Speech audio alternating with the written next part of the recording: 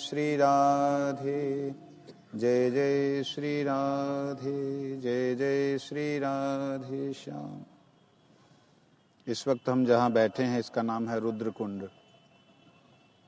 रुद्रकुंड की अलग अलग जगह पे अलग अलग महिमा है। यहाँ पर जो भगवान रुद्र जो हैं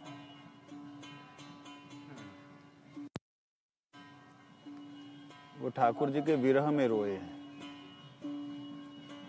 श्री राधा रानी रोई हैं। ऐसे करके अलग अलग रुद्र मतलब रुदन होता है, तो रुदन कुंड है। जब ठाकुर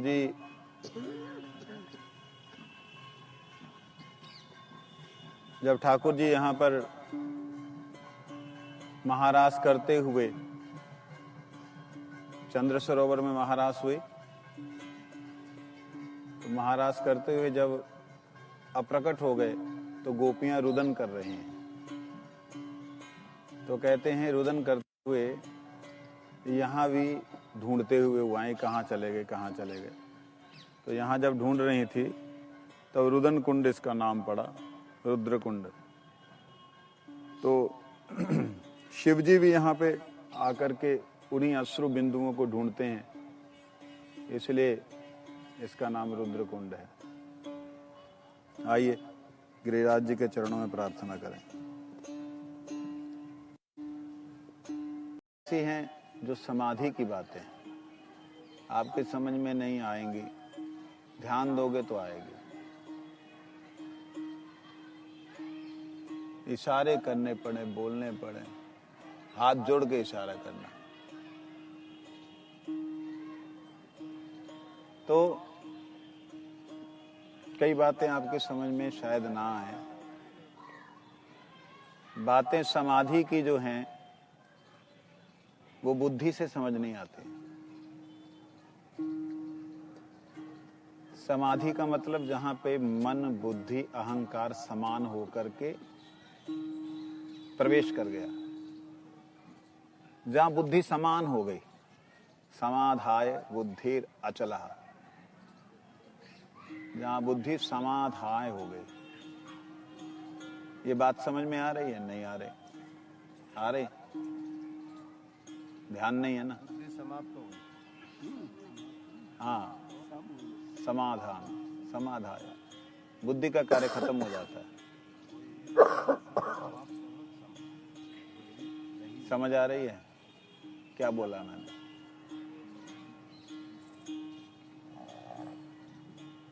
थोड़ा ध्यान से सुनना पड़ेगा। आपको कहानी नहीं सुना रहा हूं, आपको जीवन सिखा रहा हूं। हमारे गुरुजी ने तो ऐसा कभी बोला नहीं, मैं सिखा रहा हूं। मैं बोल रहा हूं ना।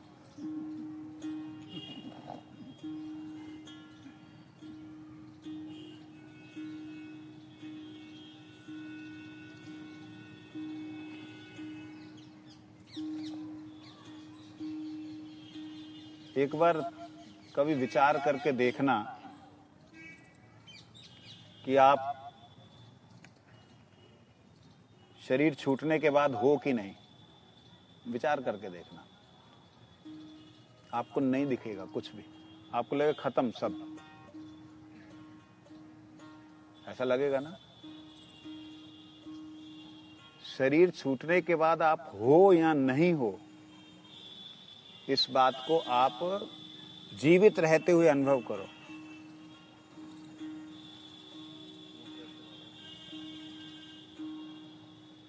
जिज्ञासु आपको आज किसी जीव पे ध्यान गया है।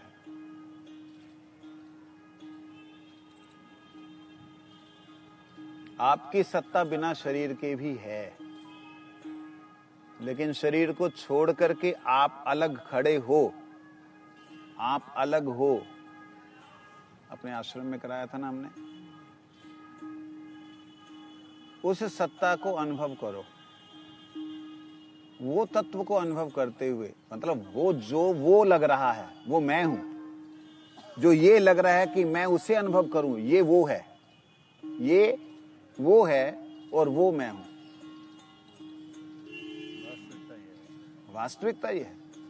और जब उस अवस्था में बैठ करके, जो अवस्था मेरे को अभी दूर लग रही है, उस अवस्था में बैठ करके जब मैं चिंतन करूंगा ना, कदाचित कालिंदी तट विपिन, तो जगन्नाथ जी याद नहीं आएंगे, वो वाले पुरी वाले।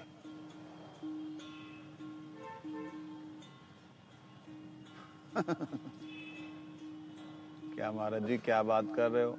अष्टक जगन्नाथ जी का तो याद तो वही आएंगे ना, आएंगे? लिख लीजिए इसे, ध्यान क्या आएगा? कदाचित कालिंदी तट, यमुना जी के तट पर संगीत चल रहा है, तब दिखेगा, मतलब अनुभव होगा।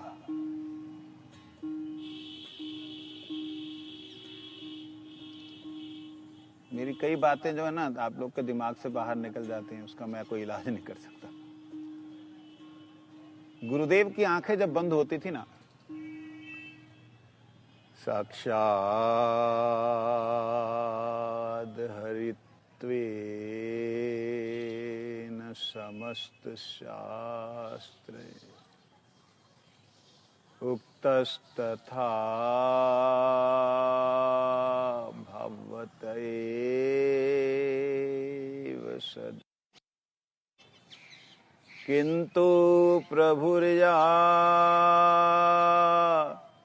प्रिययैव तस्य वंदे गुरुश्री चरणारविंदम।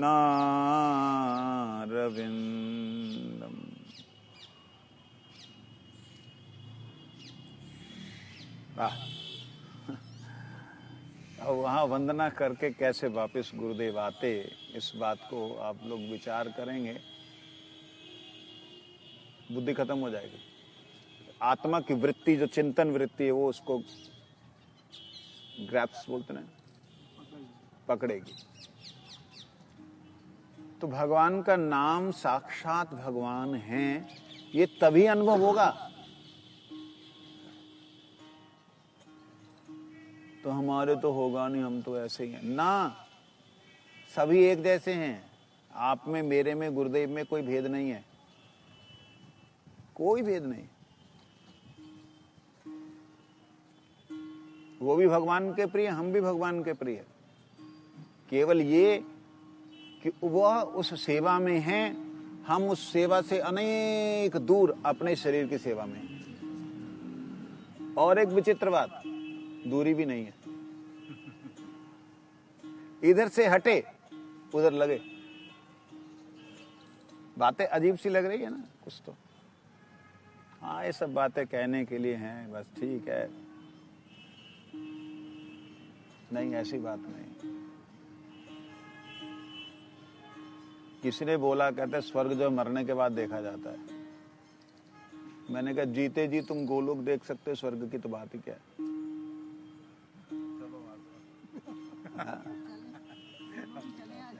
हाँ हाँ, तुम बंदरन को देख रही हो, गोलोक जाओगी।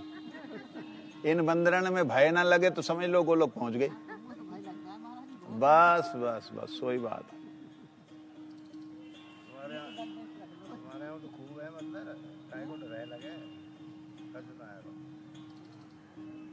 तो कहने का भाव जो है उसकी गहराई में उतरी है।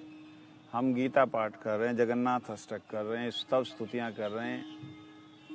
हम केवल मात्र एक चीज की कमी कर रहे हैं कि जब शब्द आता है उस शब्द के पीछे भगवान जी हैं।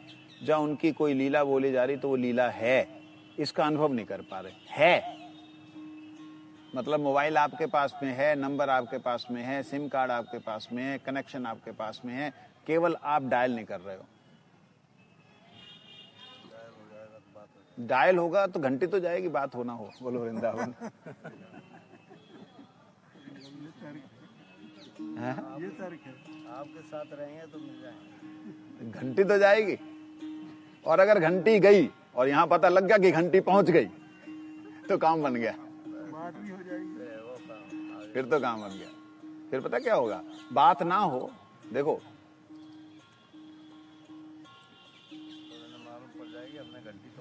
हाँ, मिस कॉल तो गई। आज ही तो लगे।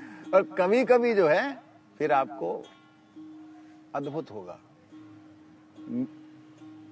मुझे कई बार लगता है कि गुरु महाराज जी हमारे बीच में कैसे रहे, कैसे इस द्वंद में रहे, ये मैं सोच सोच के हैरान हो जाता हूं। नित्य गोलोक धाम से आए हुए नित्य परिकर भगवान जी के हमारे बीच में कैसे रहे होंगे, कैसे तालमेल बैठाया होगा उन्होंने। मैं तो इस जगत से, इस जगत में अनंत जन्मों से फंसा हुआ जीव, एक बद्ध जीव, इस संसार के सुख और दुखों को लेते हुए, भोगते हुए ना जाने कितने काल से पड़ा हुआ था। मेरे को जब इतना मतलब अति तुच्छ सा उस जगत के लिए, अति तुच्छ सा, अति अल्प सा, अति मतलब सूक्ष्म सा अनुभव होने से ऐसी अवस्था आती है, तो गुरुदेव की कैसी होती होगी। और वो वहां से वही ना, मैं जैसे साक्षात हरित्वेन किया तो वो साक्षात गुरुदेव को ठाकुर जी की लीला में विराजमान, या ठाकुर जी की सेवा में विराजमान, या ठाकुर जी से अभिन्न तत्व के रूप में वो देखते हुए प्रणाम करते थे। चेहरे से मालूम पड़ जाता, चेहरे से मालूम पड़ जाता। चेंज हो जाता था। हाँ, शकल चेंज हो जाती। तो कहने का अभिप्राय कि हम लोग जुड़ना चाह नहीं रहे, डर रहे हैं। काय डर रहे हैं बिना बात के? शरीर जब छूटेगा ना तो सब डर खत्म हो जाएंगे। अग्नि से जलने वालों डर खत्म हो जाएगा, ऊपर से पटकने वालों जल खत्म हो जाएगा। शरीर छोड़ करके आत्मा निकली, चाहे उसको टुकड़े टुकड़े कर दो, उसको कुछ नहीं पता लगने का। तो आत्मा निकलने से पहले आत्मा निकाल लो ना, बोलो वृंदावन। ट्रेंड चल गया है अब टुकड़े टुकड़े करने वाला। हाँ, तो आत्मा निकलने से पहले आत्मा को निकाल लो। आत्मा को निकालने का मतलब आसक्ति को बदलना। आसक्ति का मतलब है आप तदीय हो जाए, उनके हो जाएं। उनके हो गए तो बन गया काम। इसलिए आइए थोड़ा भगवत गीता का पाठ भी कर लें।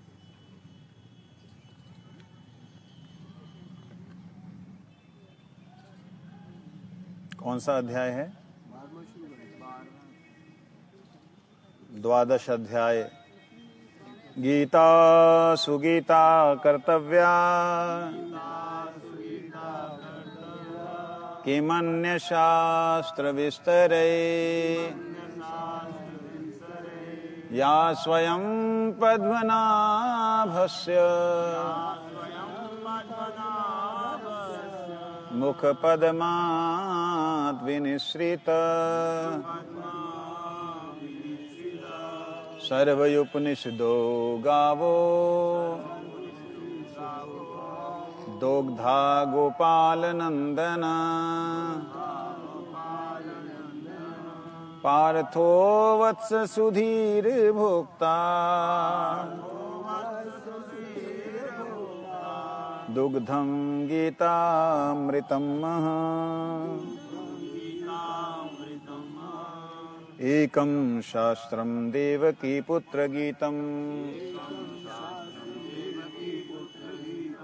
एको देवो देवकी पुत्र एव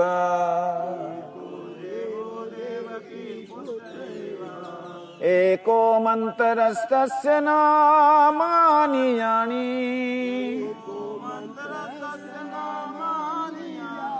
कर्माप्येकं तस्य देवस्य सेवा।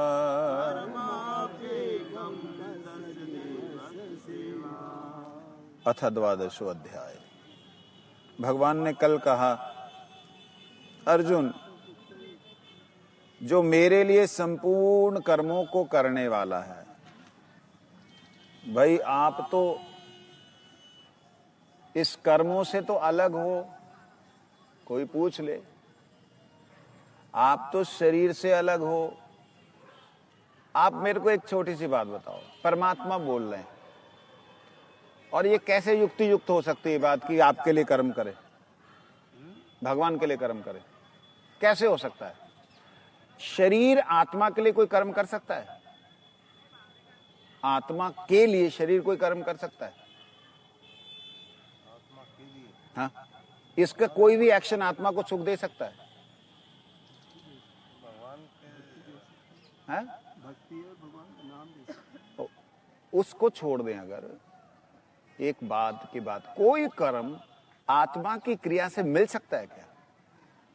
शरीर का कोई भी कर्म आत्मा के साथ, वो आत्मा ट्रांसेंडेंटल है और ये जड़ है। जड़ है।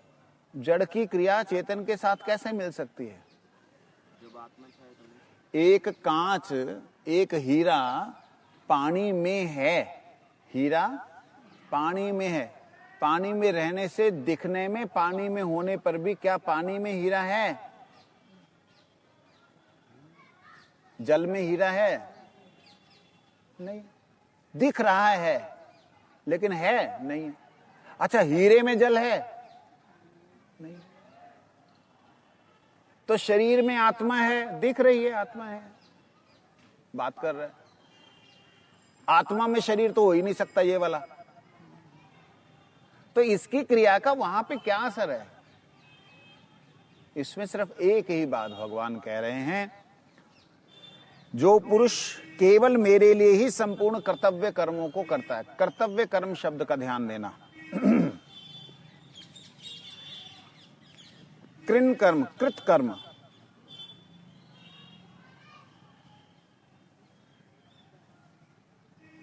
जो तो कृत जो है ना, कर्म कृत, कृत कर्म मतलब होता है कर्तव्य कर्म, और कर्म कृत का मतलब होता है कर्म करना। कर्म करना, कृत शब्द का मतलब होता है क्रिया। मेरे लिए कर्म को करे।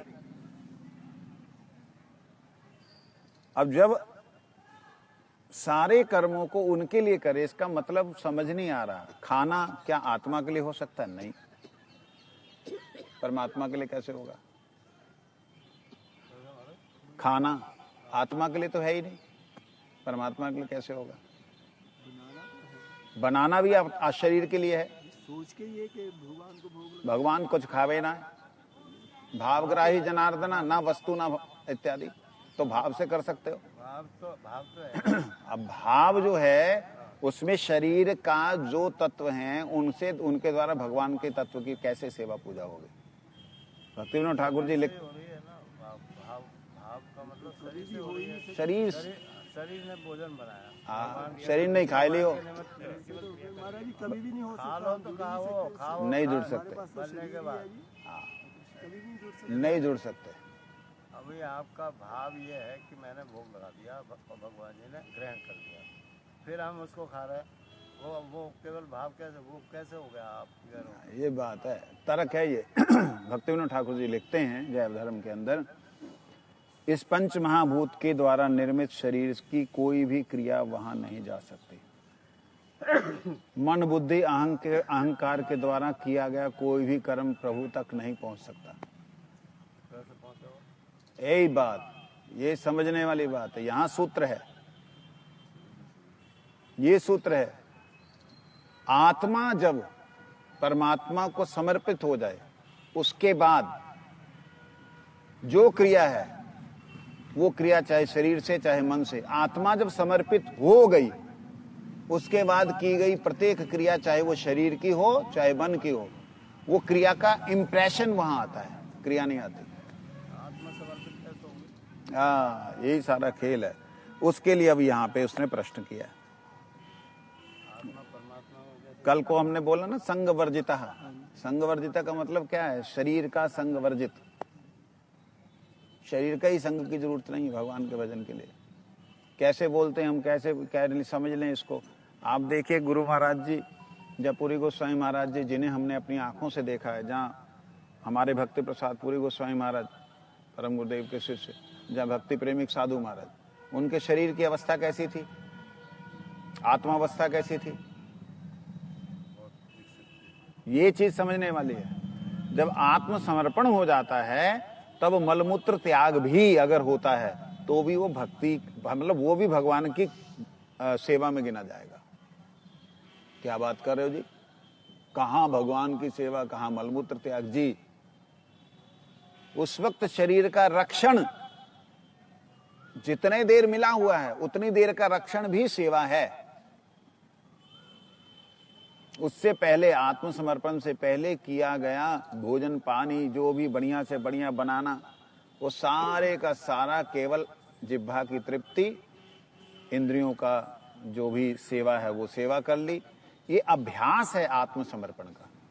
तो गुरुजी जो कहते थे कि जो अभी आगे है बात, भगवान पूरी आई ना। समर्पित है, उसकी सारी क्रियाएं सही हैं, तो चाहे वो सो रहा है, चाहे कुछ वो कर रहा है। वही तो बात मैं बोल रहा हूँ कि जो आत्मसमर्पित है, आत्मसमर्पित का मतलब है जिसने स्वयं को ही समर्पित कर दिया। मैं अब आपके पास आया तो मेरे कपड़े भी तो आपके पास ही आ रहे हैं, मेरा चश्मा भी आपके पास ही आ रहा है। तो ये ऊपर वाला शरीर जो है ये कपड़े हैं, इसकी जो क्रिया है वो भी आपके पास ही आ रही, ये चीज है। और जब समर्पित नहीं है उसकी कोई भी क्रिया, इसलिए शरणागत जो है जीव, उसकी ही केवल मात्र भक्ति है। षडंग शरणागति है वे जहार, तहार प्रार्थना सुने नंद कुमार, ऐसे ही नहीं बोल दिया। तो यहां पे भगवान जो कह रहे हैं, आसक्ति रहित संपूर्ण भूत प्राणियों में बैर भाव रहित, संपूर्ण भूत प्राणियों में बैर भाव रहित, ऐसा। पूर्ण शरणागति में धीरे धीरे ही आएगी, धीरे धीरे तो लगे रहो, अनंत काल तक लगे रहो, क्रिया से ही आएगी, क्रिया से आएगी। हाँ, वो जो भगवान को समर्पित क्रिया ना, जो हम लोग कोशिश कर रहे हैं समर्पित होने की, उसी से होगा। लेकिन ये है कि ये काम झटके वाला है, ये हलाल वाला नहीं है। मतलब ना गुरु जी कर सकते, गुरु जी ने तो किए ही, गुरु जी ने तो दे दिया एक बार तो नवीन करके आपको रख दिया। मेरे को तो पूर्ण अनुभव है उसका। जब हरिनाम हुआ तब, और जब दीक्षा हुई तब, जब लाल कपड़े हुए तब, हर बार मेरे को पूर्ण अनुभव हुआ। विशेष करके दीक्षा और लाल कपड़े के समय पूर्ण अनुभव हुआ मेरा कि मेरे सारे संचित कर्म खत्म होकर के राख हो गए। मेरा कोई जन्म बचा नहीं, अगला लेना मेरे को कोई कर्म करना बचा नहीं। पूर्ण अनुभव हुआ। आप लोगों का क्या करूं, सौभाग्य की गुरु जी के चरणों में आए, लेकिन दुर्भाग्य की मेरे जैसा चिंतनशील व्यक्ति उस समय आपको नहीं मिला। क्योंकि जब गुरु महाराज समर्पित करते ना, कंठी दे करके, जब कंठी उन्होंने दी ना, तो आपके जितने संचित कर्म हैं, प्रारब्ध नहीं, संचित कर्म सारे के सारे उस वक्त खत्म कर दिए। आप ये समझ लीजिए, इस वक्त आप आज की डेट में भी संचित कर्मों के प्रभाव में नहीं है और नहीं है। आपने इस जन्म में जो कर्म किए, जहां आप आसक्त हो, वही केवल बंधन है। आपको अनुभव नहीं हुआ, कोई बात नहीं, मुझे अनुभव हुआ ये बात का, वो बता रहा हूं।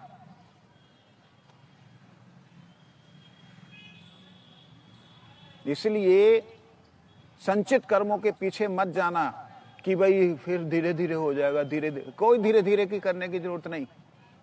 इस वक्त जो उन्होंने दे दिया, जो कर दिया, वो हो गया। इधर ध्यान दो, वो लोग खेलने दो, वो कुछ नहीं करेंगे, ना कुछ नहीं करेंगे। तो इन लोगों की एक आदत है, जो रास्ते में घूमते खाते पीते हैं ना, उनको तंग करते हैं। जो ऐसे बैठे हुए आपके पास आके बैठ भी सकता है, ठीक है, वो कुछ नहीं, उनको टेंशन। हाँ, तो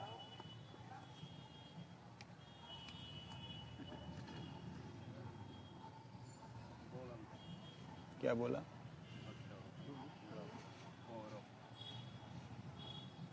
राइट कर दो इधर से।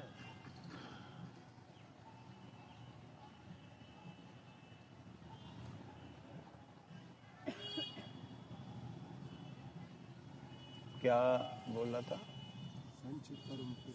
हाँ, आप निश्चय समझ लीजिए इस बात को। आपको कोई मेरे जैसे साधारण साधक अथवा सिद्ध ने, साधारण साधक अथवा सिद्ध ने आपको हरिनाम दीक्षा नहीं दी। श्री राधा रानी की नित्य परिकरियों में से एक आई जिन्होंने आपको हरिनाम और दीक्षा दी। कल्पना करके आप एक बार सोचिए तो सही, क्या उनके द्वारा स्पर्श की हुई माला जब आपके हाथ में आई, जपू ही माला जब आपके हाथ में आई, आते हुए कोई संचित कर्म रह सकता है? भूल जाइए अब आगे के लिए, अगला जन्म भूल जाओ, नहीं लेना भैया।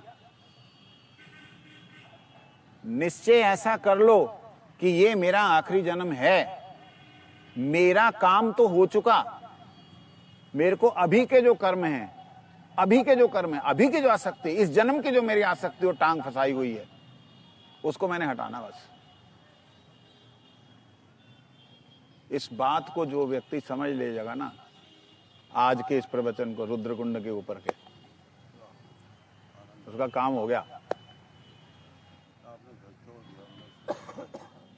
सिंपल सी बात है, साधारण सी बात और बहुत भयंकर बात है। देखो एक बात बताऊं, भले ही आपको अनुभव ना हुआ हो, लेकिन आपके घर की सारी संपत्ति अगर चोरी हो गई है, लुट गई है, आपको पता नहीं लगा, तो गई ना। जिस वक्त पता लगेगा ना ना ना, वो अलग चीज है। जिस वक्त पता लगेगा उस वक्त है लुट गया। ऐसे ही हमने जो इकट्ठी की हुई थी ना, स्टोर की हुई संचित जो जन्म जन्मांतरों के पाप पुण्य और अच्छे बुरे कर्म, वो सारे के सारे पिटारे खत्म हो गए। उसके लिए रोना नहीं, उसके लिए खुश होना है कि इतनी गंदगी पड़ी हुई थी सारी, अब देखो बस। और अब भी देखो आप अपने आप को, मैं तो दिखाई देता है, मुझे समझ में आता है गुरु जी की कृपा से। अब भी आप देखो, आपका ना विषयों में बिल्कुल विरागी सा है, दिव्य है, दिव्य डिफरेंस है। अब तो गुरु जी वाली बात है, कहते कि अब तो स्थिति ऐसा है, वो जो सांप होता है ना, उसका वो विष वाला दंत जो है वो तोड़ दिया, अभी विष नहीं है उसमें, ऐसे फुस फुस करता, अभ्यास है, अभ्यास है उसका। तो ये संसार के विषयों का एक अभ्यास जो है वो दुख देता है, उल्टा वो दुख देता, फील होता है कि मैं कर क्या रहा हूं। तो समझ लीजिए आपके प्रारब्ध कर्म जो हैं वो सिर्फ से आपके साथ में हैं, वो सिर्फ प्रारब्ध कर्म आपके साथ में है। और इस जन्म में किया अभ्यास, भक्तिविनोद ठाकुर जी ने बड़ी सुंदर बात लिखी है, शैशव यौवने जड़ सुख संगे अभ्यास हईल मंद, वार्धके एक हन निज कर्म से भजने बंद। क्या है? हाँ देखना क्या है वो, वार्धके एखन पंच रोगे हत के मने बोलो। वो बड़ा सुंदर है, उस सूत्र से मुझे लगता है आज ही दिमाग में आ रहा है। मैं इसलिए बोला रुद्रकुंड पे बैठ करके जो बात सुन रहे हो समझ लो काम हो गया। देखिए, शैशव यौवने जड़ सुख संग अभ्यास हईलो मंद। हमारे गुरु वर्गों ने कहीं भी जितने भी भजन लिखे हैं, संचित कर्मों की बात उन्होंने नहीं लिखी।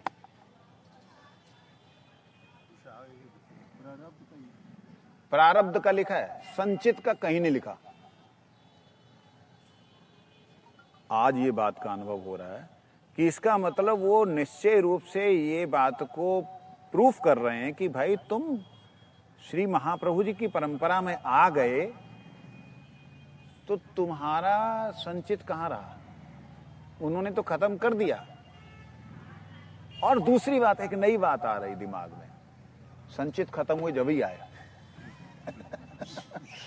जहां संचित खत्म होने वाले थे तभी पहुंचे, और जैसे ही गुरु प्रसाद हुआ, कृपा मिली, तो संचित तो खत्म हो गया। आप ध्यान दे दीजिए, इस वक्त से, आज से, अभी से जितनी आसक्तियां हैं उनको बिल्कुल शून्य कर लीजिए। आसक्ति गुरुपाद पद्म की, भगवान के श्री चरणों की, राधा रानी के दास से दासित्व के भाव की हो जाए तो जीवन सफल हो जाएगा। अभी आप देख लीजिए, ठीक है भोजन करना पड़ता है, लेकिन स्वाद की अगर बात रह गई तो आपका आसक्ति है। महाराज बोल तो दो एक बार कि आज अच्छा बना है, कम से कम आज तो बोल दें। आप तो सभी बोल रहे हैं। नहीं बोलूंगा, क्यों नहीं बोलूंगा? अच्छा बनने पे भी नहीं बोलूंगा। बड़ी सुंदर मेरी एक फिल्म का एक कोई सीन आया था, छोटी सी क्लिप में, मेरे को नाम नहीं याद कौन सी वो है सीन। उसमें ये था कि बाप बच्चियों से कुश्ती करवाते आखिर में जब वो विश्व की सबसे ऊपर की विजेता बनती है, विश्व में उसको मेडल मिलता है, तब कहता शाबाश बेटे। तब उसका जो भी वॉइस पीछे से आई, कहते सारा जीवन भर सुनने के लिए ये जो गोल्डन शब्द है, इनको सुनने के लिए सारा जीवन लगा दिया, आज ये शब्द निकले। शाबाश बेटा। जिस दिन आपके हाथों से श्री राधा रानी की रसोई बननी शुरू हो जाएगी, जिस दिन आपके हाथों से वो सूखी से सूखी भी हो सकती है, सनातन गोस्वामी की तरह रूखी भी हो सकती है, जिस दिन वो बननी हो जाएगी शुरू, उस दिन गुरुदेव की कृपा अनुभव होगी। उस दिन आपको लगे आहा, आज मेरे श्याम सुंदर ने भोजन कर लिया। उससे पहले तक कोई शाबाश नहीं है, कोई ना कोई दोष निकलना ही है। यही है हमारे परम आराध्य गुरुदेव और मेरे में अंतर है, भयंकर अंतर है। वो दैन्यता की मूर्ति रहे हैं अभी भी, ठीक है। और हम जो है दाऊ जी महाराज जी की तरह बस कृषि नरम करो, भूमि को नरम करो, इसमें डालो जो और खरपतवार हो रही है उसको हटा दो। तो ये चीज है हमारी, जो खरपतवार है इसको हमने हटाना है, ठीक है। क्या बोल रहे हैं? इस जन्म का शैशव यौवने जड़ सुख संगे अभ्यास होइलो मंद।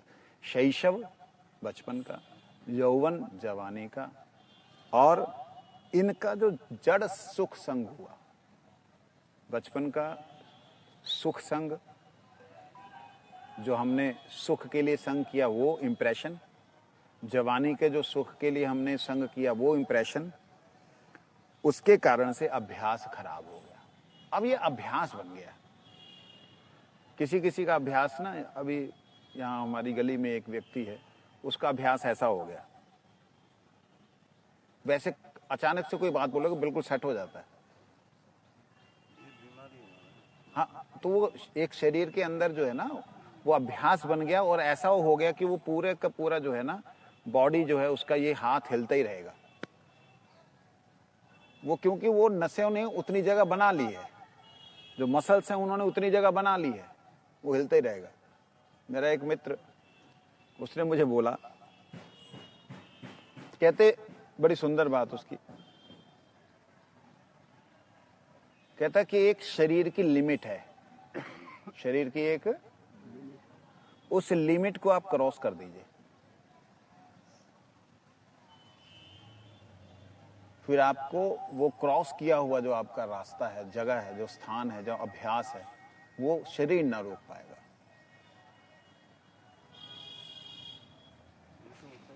साउंड है बहुत सी, एक फ्रीक्वेंसी तक सुनाई देगी, उसके बाद नहीं देगी, और दूसरे एनिमल्स को सुनाई देती है।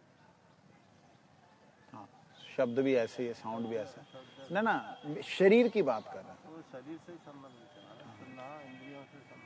अब जैसे उदाहरण के लिए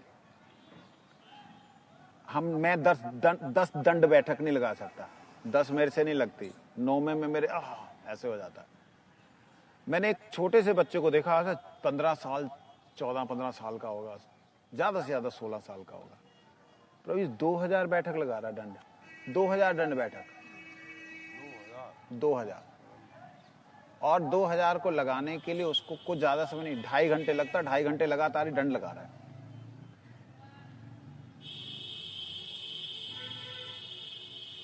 मैं वो तो दंडक प्रणाम करते हैं, तो पुशिंग कर रहा है। नहीं, मतलब जो बात मैं कहना चाह रहा हूं उसने एक लिमिट जो शरीर की थी उसको क्रॉस कर दिया। एक अभ्यास जो शरीर का था उसको उसने क्रॉस कर दिया। जैसे क्रॉस किया, जैसे हमारे पैरों में दर्द होता है, हम बैठे रहते हैं, तकलीफ होती है। आप जब इस शरीर को भूल करके कहीं अलग एक जगह पे पहुंच जाएंगे ना, तो आपको वो दर्द का अनुभव नहीं होगा। शरीर तो होगा लेकिन दर्द का अनुभव नहीं होगा। कैसे नहीं होता? डॉक्टर साहब तो हमारे पास में, कैसे नहीं होता है? जैसे एनेस्थीसिया लगा दिया, सुन्न की कोई चीज लगा दी, शरीर तो वही है, मसल्स वही हैं, मसल भी वही हैं, शरीर भी वही है, महसूस नहीं होता। एक लिमिट है, कहने का मतलब ऐसे एक मन की लिमिट है। मन जब टूटता है ना, मन की एक लिमिट है। साधन करते करते करते करते पहले शरीर दुखी करेगा आपको, आपने शरीर को छोड़ा, फिर जाकर के मन दुखी करेगा। जब मन दुखी करेगा तब जो शक्तियां हैं ना, जो 8 प्रकार की भगवान की, भूमि आप अनल वायु खन मन बुद्धि रही बचा, ये जो 8 प्रकार की भगवान की जो प्रकृति है, इस 8 प्रकार की प्रकृति की शक्तियां आपके पास आएंगी। अनुभव नहीं होगा आपको। अचानक से आपने बोला अरे ये क्या भूकंप सा लग रहा है, आया कल को, इस प्रकार से उसके साथ जुड़ाव हो जाएगा। क्यों? मन की एक लिमिट है, आप लिमिट क्रॉस करोगे तब वो जाकर के वो स्थिति आएगी। अब उसके ऊपर है बुद्धि की। महाराज जैसे गुरु जी कभी आसन बदलते हुए नहीं देखा, 3-3 घंटे बोलते थे। हाँ, तो वो कैसे उठे? वो ऐसी उठी, उनकी स्थिति वो वही उस लिमिट क्रॉस हो नहीं, गई, उनका तो मन और बुद्धि सब खत्म। उनका तो ध्यान ही, आत्मा ही अर्पित है ना। अर्पित है भगवान। जहां आत्मा अर्पित नहीं है वहां पे शरीर भी रहेगा। अभी मैं अपनी बात ही देखता हूं, मैं इतनी देर ज्यादा नहीं बैठ सकता अपने कमरे में। आप देखेंगे मेरे को मैक्सिमम बैठा हूं, लेट जाऊंगा, लेट जाऊंगा। लेकिन जब कीर्तन कथा कुछ होता है फिर पता ही नहीं लगता कितनी देर से एक ही आसन में बैठा हूं, पता नहीं लगता, नहीं तो नहीं बैठा जाएगा। तो कहने का अभिप्राय, ये अभ्यास हमने किया है किसका? शैशव, बचपन में और यौवन में। उसके कारण अभ्यास मंद हुआ है, खराब हुआ है। क्या खराब हुआ है? कि हमारा मन वहां जा रहा है और यहां जा रहा है, सिर्फ इसके कारण से। क्योंकि गुरुदेव ने कृपा करके वो तो खत्म कर दिए, अब ये तो आपने करने हैं, सुधारने हैं। और निज कर्म दोषे ए देह भैल भजनेर प्रतिबंध, अपने ही कर्म दोषों के कारण, जो अभ्यास किया हुआ उसके ही कर्म दोषों के कारण ये देह जो है भजन का प्रतिबंध बन गया। भजन का क्या बन गया? प्रतिबंध। और इसी बात को भगवान कहते हैं, समय हो रहा है, भगवान कहते हैं 12वां अध्याय। अर्जुन वाच एवं सतत युक्ता ये भजता भक्तास्त्वां पर्युपासते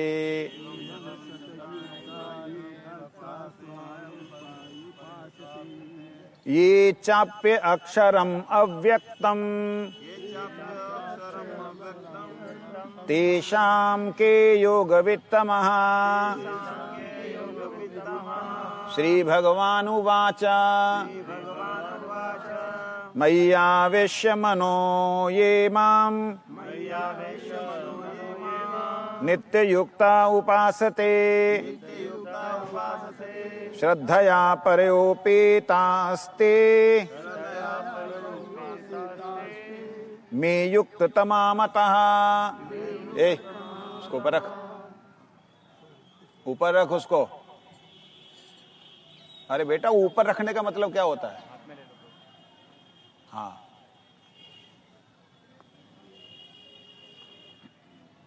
ये त्वम् अक्षरम निर्दिश्यम, ये त्व अक्षरम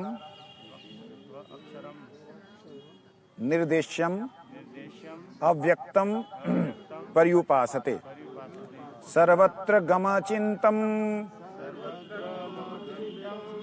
च कुटस्थम अचलम ध्रुवम। गोपाल जी बोल नहीं रहे। संनियम्येन्द्रिय ग्रामम सर्वत्र समबुद्धयः ते प्राप्नुवन्ति मामैव सर्वभूतहिते रता क्लेशो अधिकतरस्तेषाम् अव्यक्त आसक्त चेतसाम् अव्यक्ता हि गतिर्दुःखम् देहवद्भिर्वाप्यते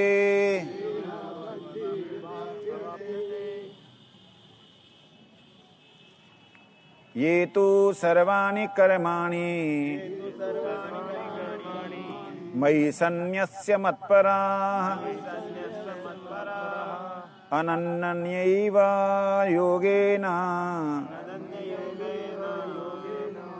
मां ध्यायन्त उपासते तेषामहं समुद्रर्ता मृत्यु संसार सागरात् भवामि नाचिरात् पार्थ मय्यावेशित चेतसाम् मय्यैव मनाधस्व आधस्स्व मयि बुद्धिं निवेशय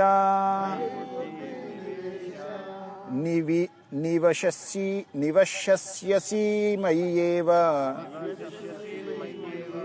उत ऊर्ध्वं न संशया अथ चित्तं समाधातुं न शक्नोषि मयि स्थिरम् अभ्यासयोगेन ततो माम् इच्छाप्तुं धनञ्जय